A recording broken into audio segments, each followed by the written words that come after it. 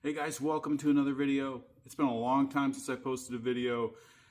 Life happens. We moved to Northern California from Virginia, a whole bunch of stuff, but you don't care about any of that. What you're here for is the Jeep Gladiator and the Hemi conversion that I did on it, as well as all of the other upgrades and mods that I've done to the Jeep.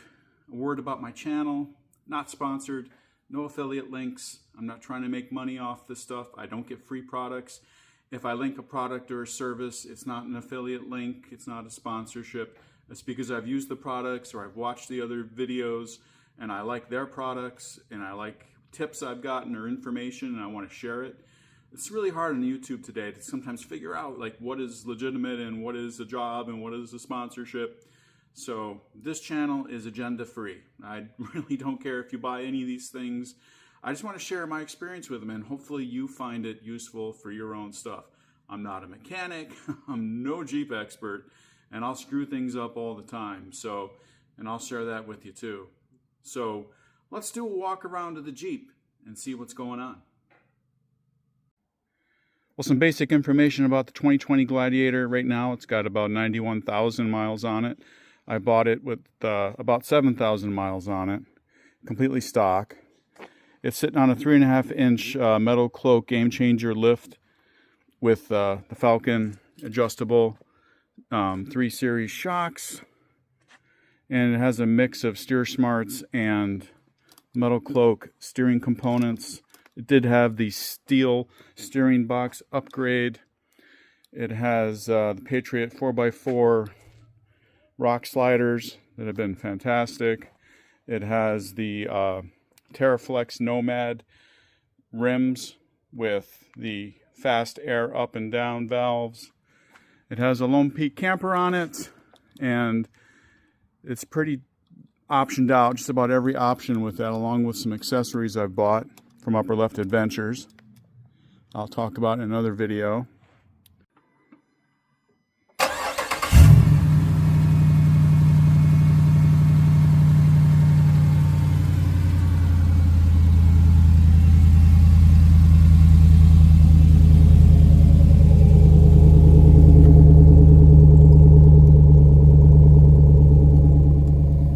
I think it sounds pretty good.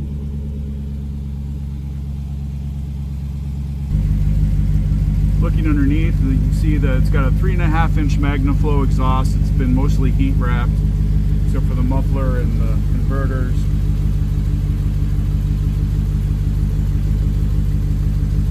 You also do see a Long Range America extended fuel tank. It's supposed to be about 17 gallons.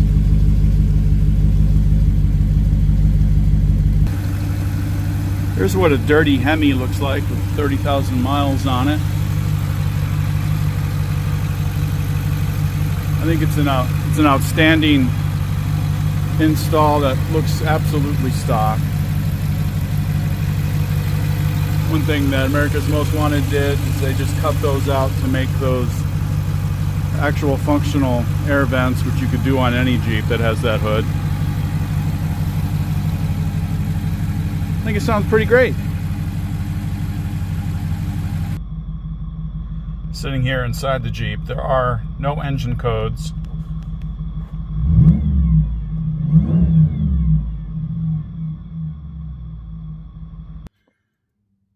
In the steering suspension department, or at least the steering department, you can see I just had the reed knuckles upgrade, as well as I went back to a Steer Smarts tie rod. I've got the Falcon steering damper relocated above, and then the rest of it is still Steer Smarts from the Hemi conversion. I hadn't upgraded that stuff as well. I do have chromoly axle shafts in the rear, and I've got RCVs here in the front, as you can see. So I kept with a steel bumper and just took the end caps off. I have another video where I install these shackles on the stock, this whole plate system. There's a video about that on my channel, how I upgraded those to keep the steel bumper. I've got the Warren 13,000 pound winch with the synthetic rope, factor 55 shackle. Walking around the back here, it's got the TerraFlex rear sway bar relocation kit, which puts the sway bar linkage up above the frame rail in the back, so you don't kick that up on anything. Got these off Amazon. Same with that. In my old videos, you've seen that I had a white smart cap on here, which I highly recommend. I think the smart cap is a great product and great if you want to do secure storage from the weather and from thieves, as well as, you know, camping with a rooftop tent if you don't go this route with the camper canopy. So let's go through this Lonepeak just a little bit, and an in-depth review will be forthcoming on that with all my mods.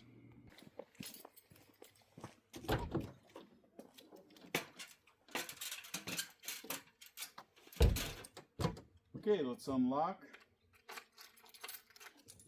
unlatch, pull down the latch on both sides.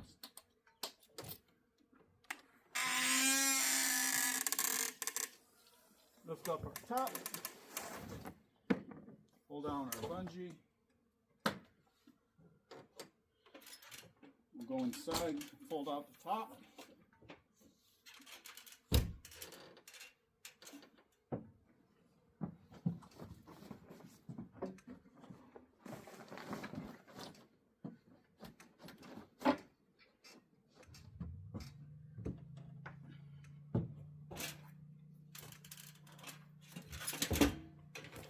The Lonepeak has these nice one-handed door openings. I did get the diesel heater port. More about all this in details in an upcoming video. I did get their storage thing.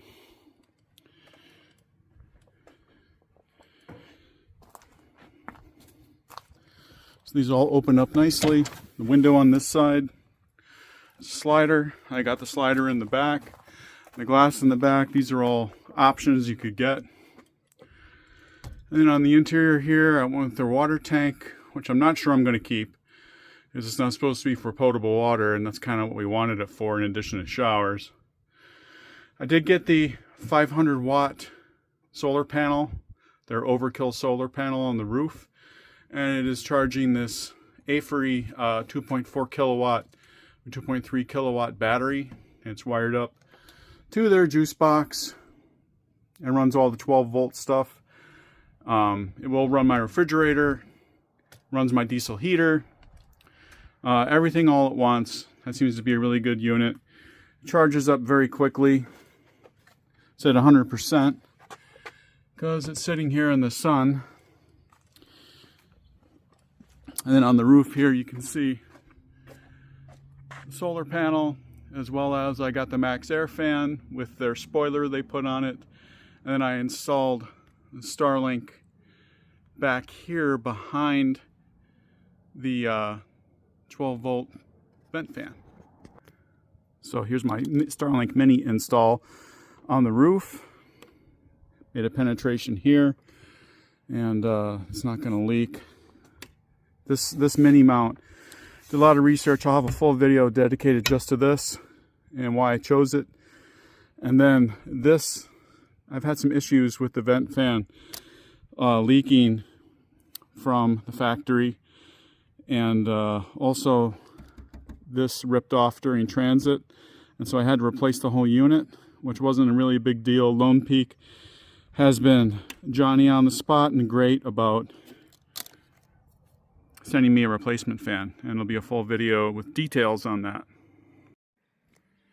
So I haven't showered in this Alltop shower enclosure. We have tried to use it as a bathroom, but it was too windy where we were in Santa Barbara in the Los Padres National Forest a few weeks ago, so we haven't really been able to use it yet. And then there's the trusty 270 awning, overland vehicle systems. I did have to Frankenstein a fix because the seams came apart here at the end. And there you have it. So here's a view looking up inside the top of the Lonepeak at the 12 volt fan. And over in the corner you can see the penetration I made for the Starlink cable which I then just ran down along the existing cables all the way down to the front of where the bed is. Here the bed is in the up position. Cable runs up here. I'll detail all of this in another video. It's a temporary wiring setup for the solar and the power to this power station. And right now, you know, the 12 volt is running. So this will run the pump for the shower. It runs everything. Everything inside this bed is run by that power station, which is awesome. The Starlink is on there and everything else. There's just some accessories in here. So the bed, I'm in the process of building out the bed, and there'll be a video on that. Right now I'm at the stage where I have just gone and caulked all of the holes and leaks and seams, and I use that rock guard tailgate cover, as well as some of the foam blocks to try and block out the dust and the water. And there'll be more detailed video on that. So last thing before we go is just to show you some of the things you're going to go into the rest of the tent camper build. Comment down below if you think that this garage should be more disorganized and dirty than it already is. I'm really working on making it worse. So I hope some support on that. So this is the Bedrug impact mat that I used as a template to cut out plywood. And that's going to go down in the bed, and then the plywood will go down in the bed, and it's 2 halves so that I can take it out as I want to if I need more full use of the truck bed. But yeah, there's the diesel heater. Here's a replacement cover for that 12 volt fan from Amazon that didn't work quite right. There's my fridge. There's the old 12 volt fan. There's the fridge slide. Just, you know, my air up kit and some other junk, all disorganized. And then over here is the camp kitchen that I got off Amazon. Look at this mess, huh? Beautiful. And I've modded it by installing this piano hinge on one side so that now when the tailgate is closed and we're inside for the night, I can flip open the top and we can get stuff from the inside and cook and what have you. I added these latches to keep it shut during transit. So there you have it. That's what's going on, guys. I hope you appreciate all the stuff I'm trying to get done here. I'll get all of it done at some point, I'm sure.